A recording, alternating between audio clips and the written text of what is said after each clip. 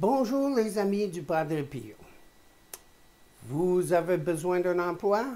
Eh bien, demandez le Padre Pio. Mais demandez-le avec confiance. C'est le sujet de notre entretien avec M. Jean Goyard, notre directeur. Aujourd'hui, il va justement nous parler d'une personne qui a voulu un emploi. Je vous laisse entre ses mains. N'oubliez pas de partager cette vidéo avec vos amis et votre famille. Et j'espère vous revoir bientôt. Chers amis, fidèles du Padre Pio, bonjour, mon nom est Jean Goyard et vous assistez au programme Marchons avec Padre Pio. Chers amis, fidèles du Padre Pio, bonjour. Aujourd'hui, le Padre Pio m'a trouvé mon emploi. Nino Girolimetti raconte ce qui lui est arrivé en 1959. J'étais déjà marié, mais n'avais toujours pas de métier stable qui puisse me garantir une vie sereine. J'étais donc à la recherche d'un emploi. Je vivais à Castelfidardo et une nuit j'ai rêvé au Padre Pio. Dans mon rêve, je l'ai supplié de m'aider. Il m'a répondu « Priez ». Comme j'insistais, il m'a répété « Priez ». J'ai encore insisté et pour la troisième fois, il m'a dit « Priez ». Jusque-là, rien d'extraordinaire. Les rêves renvoient très souvent à ce que nous avons pensé, vu ou fait dans la journée. Ce sont un petit peu les impressions du subconscient qui font le reste, n'est-ce pas? L'imagination peut avoir une grande part. Mais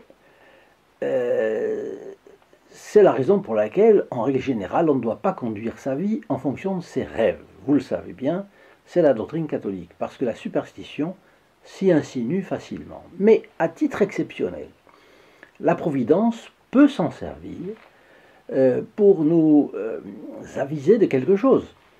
Il faut être prudent sur ce terrain. Vous savez que la première règle de discernement des esprits, corollaire de la parabole du figuier d'ailleurs, fait analyser le fruit d'une chose. Si les fruits d'un arbre sont bons, c'est que l'arbre est bon, et inversement. Ici, il ne priait manifestement pas ou pas assez, et le fruit de ce rêve est qu'il est poussé à prier. Qu'un rêve vous pousse à prier davantage, c'est dire élevez votre âme vers Dieu. Cela ne peut venir que de Dieu. Donc Nino Girolimetti se le tient pour dit et il témoigne que dès le lendemain, il s'est mis à prier pour de bon. Avant, il priait sans foi, sans confiance, sans conviction, bref, son récit continue. Il est franc. 7 mois après ce petit événement, je n'avais toujours aucun signe de réponse à mes prières. Et donc, qu'est-ce qu'il fait? Il s'impatiente. 7 mois de prière et le Padre Pio est sourd aux prières. Il a quand même eu le temps de les exaucer. S'il n'a pas été exaucé, est-ce que c'est parce que la Providence ne veut pas donner sa grâce? Visiblement, il ne se souvient pas que Sainte Monique a prié Dieu pendant 18 ou 20 ans sans se lasser pour que Saint Augustin revienne à la religion chrétienne qu'il avait abandonnée pour l'arianisme.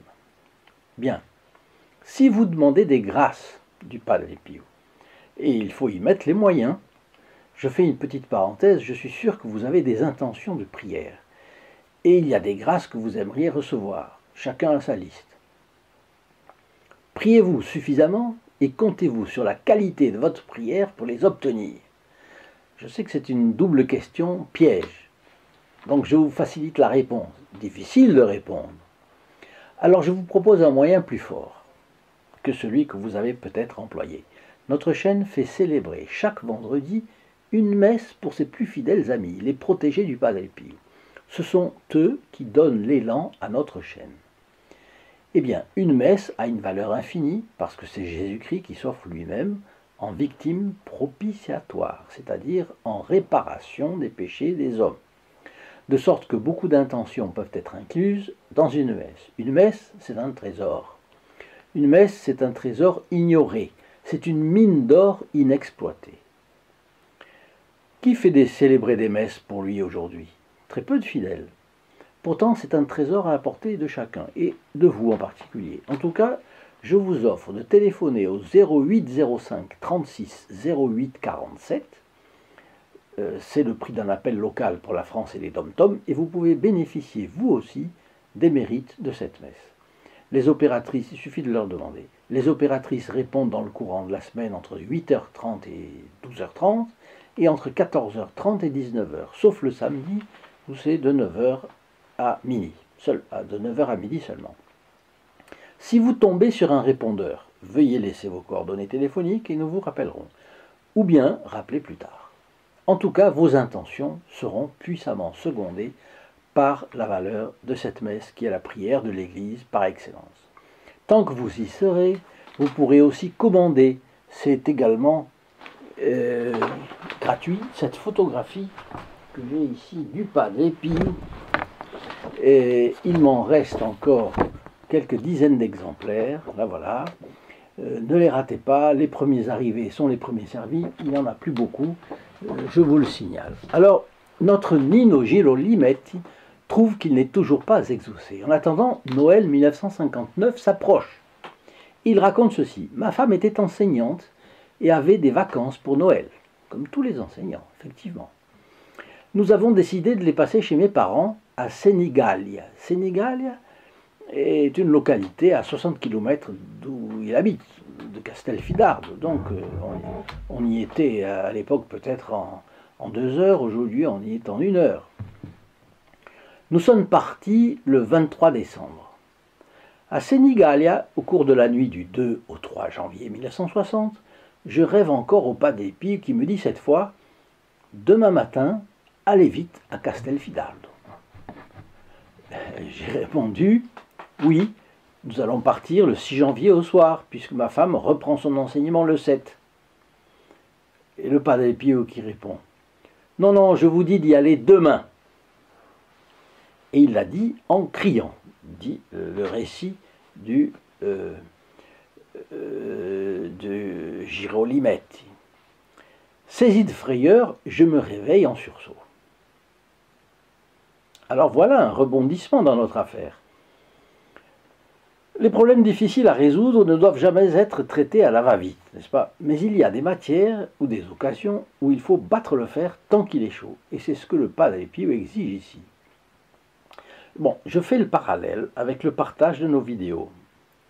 Partagez l'une quelconque, ou plusieurs, des vidéos de cette chaîne, et vous entrerez instantanément dans les intentions de la messe du vendredi qui suit immédiatement le jour de votre partage.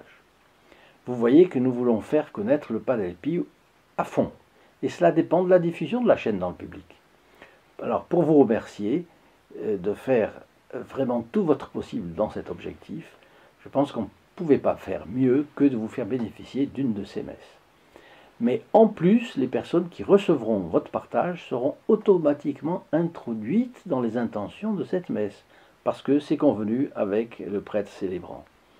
Alors, le récit de Nino Girolimetti continue. J'en parle à ma femme le lendemain matin, et nous décidons de rentrer aussitôt.